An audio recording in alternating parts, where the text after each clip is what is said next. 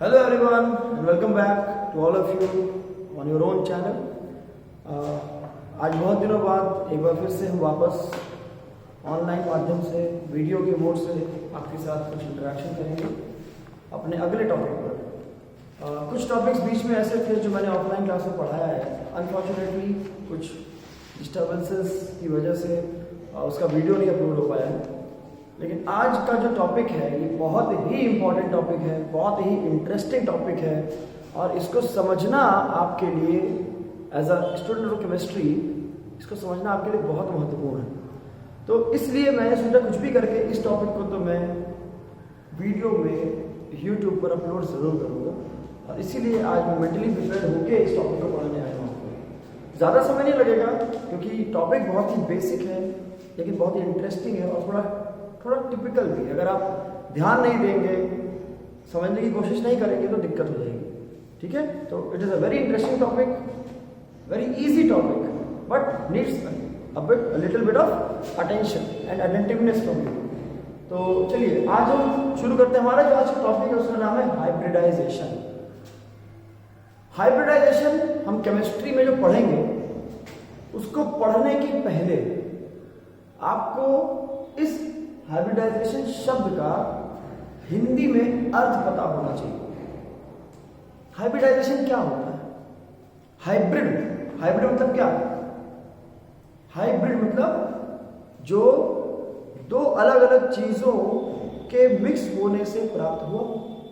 जैसे आप लोग अगर आपने साइंस में पढ़ा हो, बायो में पढ़ा हो हाइब्रिडाइजेशन, या आपने पढ़ा क्रॉस ब्रीडिंग पढ़ी होगी, आपने क्रॉस ब्रेड एनिमल्स के बारे में पढ़ा होगा, आपने क्रॉस ब्रेड प्लांट्स के बारे में पढ़ा होगा। ठीक है, आपने क्या देखा उसमें? दो अलग अलग trades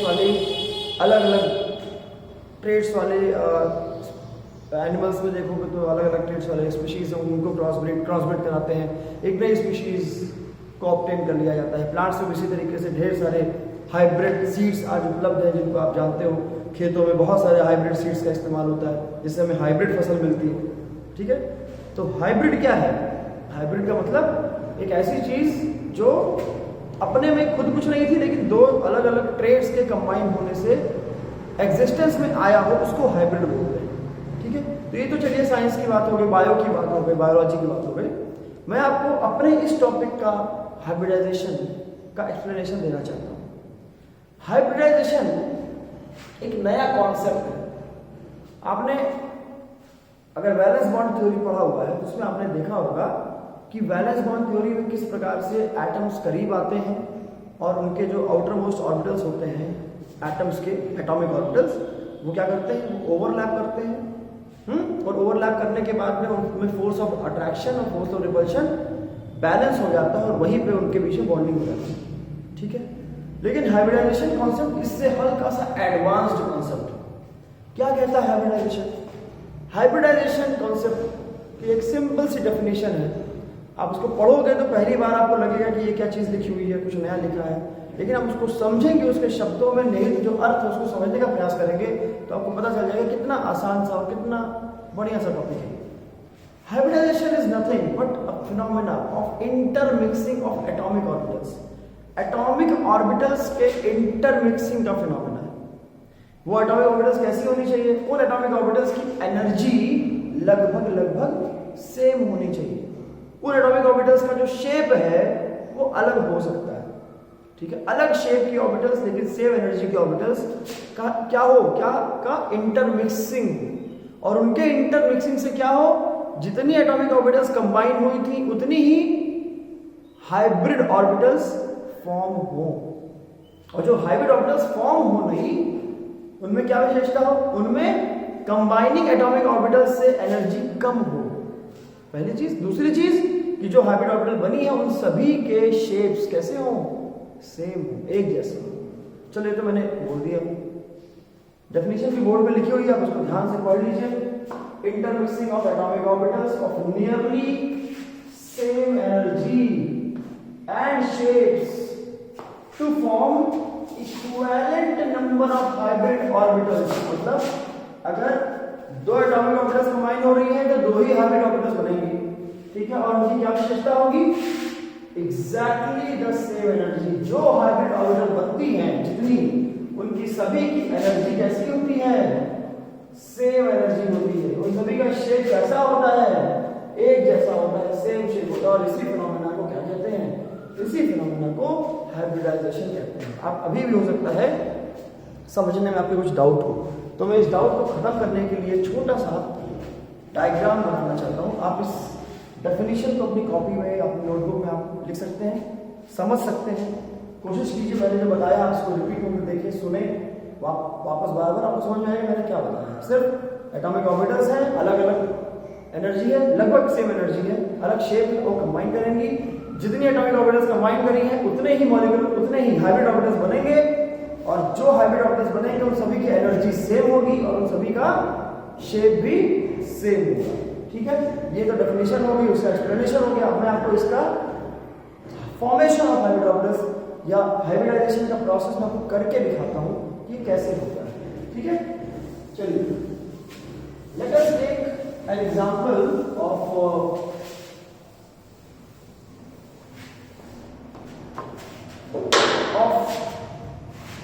s orbital and p orbitals। ठीक है, s की एक ऑर्बिटल और p की तीन ऑर्बिटल।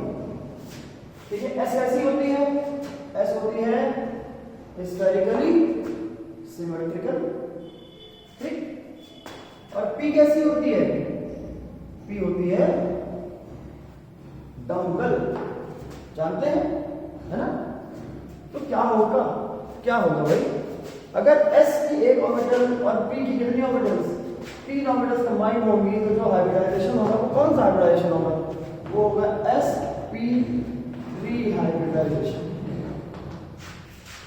ठीक है, कितने प्रकार के हाइब्रिडाइजेशन होते हैं ये हम आगे चल के एक करके पढ़ते जाएंगे। फिलहाल मैं आपको ओरली बोल देता हूँ। sp3 हाइब्रिडाइजेशन होता है, sp2 हाइब्रिडाइजेशन होता है, sp हाइब्रिडाइजेशन होता है, sp3d2 हाइब्रिडाइजेशन होता है, sp3d हाइब्रिडाइजेशन होता है, sp3d3 हाइब्रिडाइजेशन होता है, d2sp3 हाइब्रिडाइजेशन भी होता है, dsp2 हाइब्रिडाइजेशन भी होता है। ये सारे अलग अलग प्रकार के हाइब्रिडाइजेशन हैं। ठीक है, तो अगर हम सबसे पहला हाइब्रिडाइजेशन देखें तो वो है sp3 हाइब्रिडाइजेशन। इसको देख के आप समझ रहे होंगे क्या हो रहा है इसमें, एक s ऑर्बिटल और तीन p ऑर्बिटल्स क्या हो रही हैं, ये कंबाइन हो रही हैं और क्या बना रही हैं, sp3। जैसे कितनी कंबाइन हो रही है, एक यहाँ पे और तीन यहाँ पे, तो कितनी है टोटल, चार ऑर्बिटल्स। कौन सी ऑर्बिटल्स, चार एटॉमिक ऑर्बिटल्स कंबाइन हो रही हैं। ठीक है, और चार एटॉमिक ऑर्बिटल्स कंबाइन होंगी तो क्या बनेगी, हाइब्रिड ऑर्बिटल्स बनेंगी। और कितनी हाइब्रिड ऑर्बिटल्स बनेंगी, तो चार एटॉमिक ऑर्बिटल्स कंबाइन हुई हैं तो चार ही हाइब्रिड ऑर्बिटल्स बनेंगी। और इन चारों का क्या विशेषता होगी, इन चारों की, इन सभी का चारों का एनर्जी सेम होगा, सेम एनर्जी, और क्या होगा, इन चारों का सेम शेप भी होगा। ठीक है, बहुत ही सिंपल सा कॉन्सेप्ट। चलिए, तो मैंने सारी आपको थ्योरी बता दी, अब आप इसका एप्लीकेशन देखिए। ठीक है, अब इसको कैसे हाइब्रिडाइजेशन कैसे बनाएंगे आप इसको ध्यान दीजिए।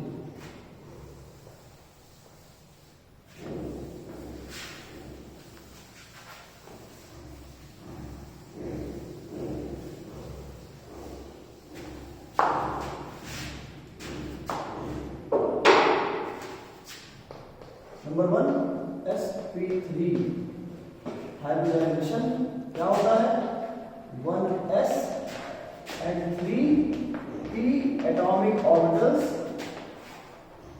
combine to form 4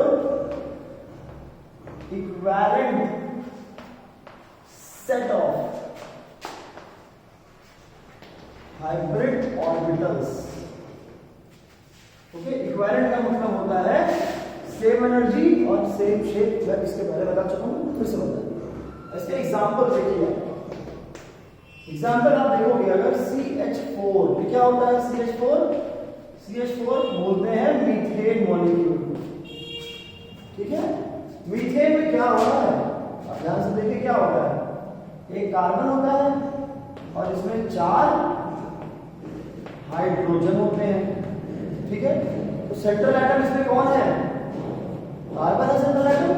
तो जरा कार्बन का इलेक्ट्रॉनिक कॉन्फ़िगरेशन करके देखिए क्या मिलता है। एटॉमिक नंबर होता है 6, कॉन्फ़िगरेशन क्या होगा 1s2 2s2 2p2, outer most में कितने इलेक्ट्रॉन? 4 इलेक्ट्रॉन, ठीक है। तो अगर कार्बन में 4 इलेक्ट्रॉन है आउटर मोस्ट में, तो उन चारों इलेक्ट्रॉन की लोकेशन क्या है भाई? 2 इलेक्ट्रॉन कहाँ है? s में, और 2 इलेक्ट्रॉन कहाँ है? p में, ठीक है। और किससे जुड़ा हुआ है कार्बन? चारों तरफ हाइड्रोजन से जुड़ा हुआ है। हाइड्रोजन का कॉन्फ़िगरेशन क्या होता है? एटॉमिक नंबर 1 होता है, कॉन्फ़िगरेशन होता है 1s1, ठीक है। इसका मतलब सिंपल सा ये है कि जब कार्बन होता है, इसके बाद जो 4 इलेक्ट्रॉन है, ये चारों इलेक्ट्रॉन 4 हाइड्रोजन एटम्स के आउटर मोस्ट इलेक्ट्रॉन से कंबाइन करेंगे, तब तो जाके बॉन्डिंग हो पाएगी, है ना। तो ये कॉम्बिनेशन कैसे होता है? ये कॉम्बिनेशन सिंपली ओवरलैप से ही नहीं होता है, ओवरलैप के साथ साथ हाइब्रिडाइजेशन का होना भी जरूरी है। जैसे अगर हम इसको एक्सपैंड करेंगे तो आप देखोगे 2 इलेक्ट्रॉन किसमें है? s में है। 2 इलेक्ट्रॉन किसमें है? p में है। 2 s में है, 2 p में है, तो दोनों का बॉन्डिंग एक ही जैसा होगा? नहीं होगा। क्यों? क्योंकि s और p अलग अलग ऑर्बिटल्स हैं। तो बॉन्डिंग में जाने के पहले इन इलेक्ट्रॉन्स को क्या होना पड़ेगा? इक्विवेलेंट पोजीशन बनानी पड़ेगी। और इक्विवेलेंट पोजीशन कैसे बनाएंगे? जब ये जिन ऑर्बिटल्स में है वो ऑर्बिटल्स कैसी हो जाएंगे? इक्विवेलेंट। मतलब ये सिर्फ s होके बॉन्डिंग में कंट्रीब्यूट नहीं कर पाएगी, ये सिर्फ p होके बॉन्डिंग में कंट्रीब्यूट नहीं कर पाएगी, ठीक है। कंबाइन करना पड़ेगा। कैसे कंबाइन करेंगे? ये देखिए 1s2 2s2 2p2, तो ये तो कार्बन का कॉन्फ़िगरेशन है, ये इनर हो गया, ये आपका आउटर शेल है। इसमें क्या होता है? s और p के दो ऑर्बिटल्स क्या होंगे? कंबाइन होंगे। क्या होगा दोनों में? क्या होगा बताइए? s का एक ऑर्बिटल, और p में कितने ऑर्बिटल होते हैं? p में 3 ऑर्बिटल होते हैं। देखो कैसे, px py और pz, ठीक है। तो कितने ऑर्बिटल हो गए टोटल? s का 1, p का 1, p का 2, p का 3, टोटल कितने हो गए? 4। तो कौन सा हाइब्रिडाइजेशन है? s p1 p2 p3, क्या बोलेंगे इसको? sp3 हाइब्रिडाइजेशन बोलेंगे इसको, ठीक है। sp3 हाइब्रिडाइजेशन बोलेंगे। और क्या बनेगा? 4 इक्विवेलेंट ऑर्बिटल्स बनेंगे। देखो, और हाइब्रिडाइजेशन के पहले क्या थे? ये s थे, ये क्या थे? ये px थे, ये py थे, ये pz थे, ठीक है। s में 2 था, px में 2 था, और py pz में कुछ नहीं था, खाली खाली था। तो ऑर्बिटल तो थी, भले वो खाली थी। और ये चारों क्या कर रहे हैं भाई? चारों कर रहे कॉम्बिनेशन, इंटरमिक्सिंग। इसीलिए तो बोल रहे हैं s p1 p2 p3 sp3 hybridisation. तो जब 4 कंबाइन करेंगे तो कितने हाइब्रिड ऑर्बिटल बनेंगे? 4 कंबाइन किए हैं तो 4 ही बनेंगे, ऐसा मैंने बताया था। ये रहा पहला, ये रहा दूसरा, ये रहा तीसरा, और ये रहा चौथा। और ये क्या बने? 4 equivalent sp3 hybrid orbitals. 4 equivalent sp3 hybrid orbitals यहां पे आपके सामने प्रस्तुत हो गए, ठीक है। अब बताओ, जब हाइब्रिडाइजेशन होगा तो जिस तरह से हाइब्रिडाइजेशन के पहले इलेक्ट्रॉन अरेंजमेंट था, क्या वैसा ही अभी होगा? अब ऐसा नहीं हो सकता। क्यों? क्योंकि यहां पर ये s था, ये p था, px था, py था, pz था, लेकिन यहां पे तो ऐसा नहीं है ना। यहां तो सारे के सारे एक ही हैं, सारे के सारे एक जैसे हैं, हाइब्रिड है, सारे के सारे इक्विवेलेंट हैं। किसमें? एनर्जी में, शेप में। अभी अलग थे, अभी ये शेप में भी अलग थे, ये s था, ये p थे, px py pz थे, सबकी एनर्जी भी अलग थी। ये 2s की एनर्जी कम होती है, px py pz की एनर्जी हल्की सी ज्यादा होती है, लगभग इक्विवेलेंट एनर्जी थी, इसलिए हाइब्रिडाइजेशन हुआ। और हाइब्रिडाइजेशन होने के बाद क्या हुआ? हाइब्रिड ऑर्बिटल्स मिल गए और चारों के चारों कैसे हो गए? Equivalent in energy, equivalent in shape. मतलब अब इसमें ना ही कोई s है, ना ही कोई p है, ना ही कोई px है, py ना pz, सबके सब क्या है? सबके सब क्या है? sp3 ऑर्बिटल्स हैं। ये चारों ऑर्बिटल्स sp3 ऑर्बिटल्स हैं। अब sp3 ऑर्बिटल्स हैं और कितने इलेक्ट्रॉन्स थे टोटल? 2s में 2 थे, px में, और 2px में 2 थे, 2s में 2 थे और 2px में 2 थे, टोटल 4 इलेक्ट्रॉन थे। वुड्स रूल क्या कहता है? कि जब भी ऑर्बिटल्स में इलेक्ट्रॉन्स का प्लेसमेंट होता है तो पेयरिंग कब तक नहीं होती है, जब तक सारी ऑर्बिटल्स हाफ फिल्ड ना हो जाए। ये हुड्स रूल है। तो 4 इलेक्ट्रॉन आपके सामने, तो चारों के चारों इलेक्ट्रॉन सिंगली प्लेस्ड हो जाएंगे हर ऑर्बिटल में। और अब देखो अब क्या हो गया, सारी चारों इक्विवेलेंट sp3 हाइब्रिडाइज्ड ऑर्बिटल्स में एक इलेक्ट्रॉन जा चुका है। ये किसका कौन किसकी ऑर्बिटल्स हैं?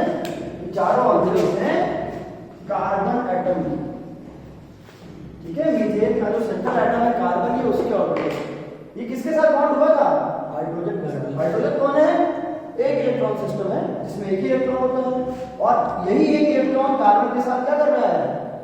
कार्बन के इलेक्ट्रॉन के साथ शेयरिंग कर रहा है। मतलब ये जो 4 हाइब्रिड ऑर्बिटल्स हैं, इनमें यही हाइड्रोजन का एक इलेक्ट्रॉन एंटी पैरेलल डायरेक्शन में आके क्या करेगा? क्या करेगा? पेयरिंग करेगा। ये पेयरिंग कर लिया, कर लिया और पेयरिंग कर लिया और बॉन्ड बन गया। So this is what? This is sp3 hybridization, which shows that whenever a bond is formed, it can only be formed in hybrid orbitals. कभी भी एटॉमिक ऑर्बिटल्स में बॉन्ड नहीं बनता है। एटॉमिक ऑर्बिटल्स क्या करेंगी?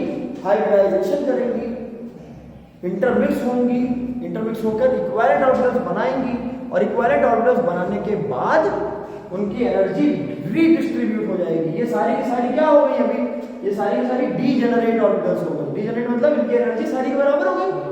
अभी डीजेनरेट कहां पर थी? अभी खाली ये 3 डीजेनरेट थी, ये 2s अलग था ना।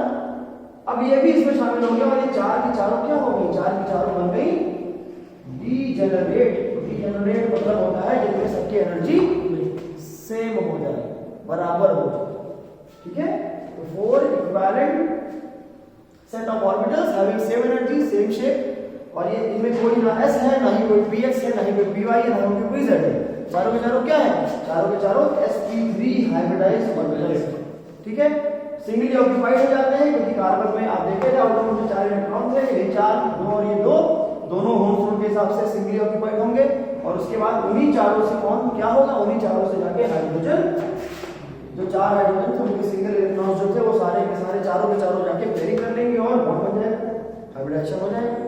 ठीक है, तो इसको देख के आपको क्या पता चल रहा है? इसको देख के हमें पता चल रहा है कि जो कार्बन है उसके पास 4 इलेक्ट्रॉन थे और उन चारों इलेक्ट्रॉन ने अपने ऑर्बिटल्स को हाइब्रिडाइज, मतलब उन इलेक्ट्रॉन्स के ऑर्बिटल्स ने हाइब्रिडाइज किया। s px py pz से क्या बन गए? सबके सब sp3 बन गए। 3 डायमेंशनल स्पेस में एक दूसरे के साथ रिपल्शन करके टेट्राहेड्रल अरेंजमेंट एक्वायर कर लिया। ये देखो, ये है टेट्राहेड्रल अरेंजमेंट। ठीक है, डायमंड जैसा अरेंजमेंट, पिरामिड जैसा अरेंजमेंट। ठीक है, ये देखो, ये ट्रायंगुलर बेस, इस बेस के सेंटर पे ये कार्बन, इस कार्बन के टॉप पे यहाँ पे हाइड्रोजन, यहाँ पे हाइड्रोजन, यहाँ पे हाइड्रोजन और यहाँ पे हाइड्रोजन। ठीक है, तो ये आपका टेट्राहेड्रल, या और क्या बोलेंगे इसको? पिरामिडल। ये पिरामिडल ज्योमेट्री है, टेट्राहेड्रल ज्योमेट्री, पिरामिडल ज्योमेट्री है, हाइब्रिडाइजेशन है sp3। ठीक है, ये सिंपल सा एक्सप्लेनेशन है आपका sp3 हाइब्रिडाइजेशन का। इस वीडियो में मैंने आपको sp3 हाइब्रिडाइजेशन के बारे में बताया है। आपको एक दो एग्जांपल sp3 हाइब्रिडाइजेशन के और मिल सकते हैं, जैसे कि आप H2O करके देखेंगे, आप NH3 का हाइब्रिडाइजेशन करके देखेंगे, तो आपको ये सभी के सभी आपको sp3 हाइब्रिडाइजेशन वाले मॉलिक्यूल्स दिखाई पड़ेंगे। जब आप हाइब्रिडाइजेशन बनाने की कोशिश करेंगे तो आपको पता चलेगा कि इनमें क्या होता है, इनमें sp3 हाइब्रिडाइजेशन होता है। ठीक है, अगली वीडियो में मैं आपको एक और हाइब्रिडाइजेशन बताऊंगा जिसको हम sp2 हाइब्रिडाइजेशन कहते हैं। कोशिश करूंगा कि उसी वीडियो में आपको sp हाइब्रिडाइजेशन बताऊं, और आने वाले 2-3 वीडियोस हमारे हाइब्रिडाइजेशन के ऊपर ही होने वाले हैं, क्योंकि मैं उसमें कोशिश करता हूं कि जो इंपॉर्टेंट मॉलिक्यूल्स हैं जिनमें आपको हाइब्रिडाइजेशन समझ में आना चाहिए, मैं कम से कम उनके हाइब्रिडाइजेशन आपको वीडियो में बना के दिखा दूं। आशा करता हूं कि मेरे बनाने के बाद आप स्वयं भी प्रैक्टिस करें। आप खुद जब प्रैक्टिस करेंगे तो आपका कॉन्फिडेंस लेवल बढ़ेगा, आपको अपने ऊपर विश्वास होगा कि हाँ, मैं भी इस हाइब्रिडाइजेशन को समझ सकता हूँ, समझ सकती हूँ और अपने बल पे कर सकती हूँ। ठीक है, तो best of luck, take care and stay tuned for the next video of hybridization. See you.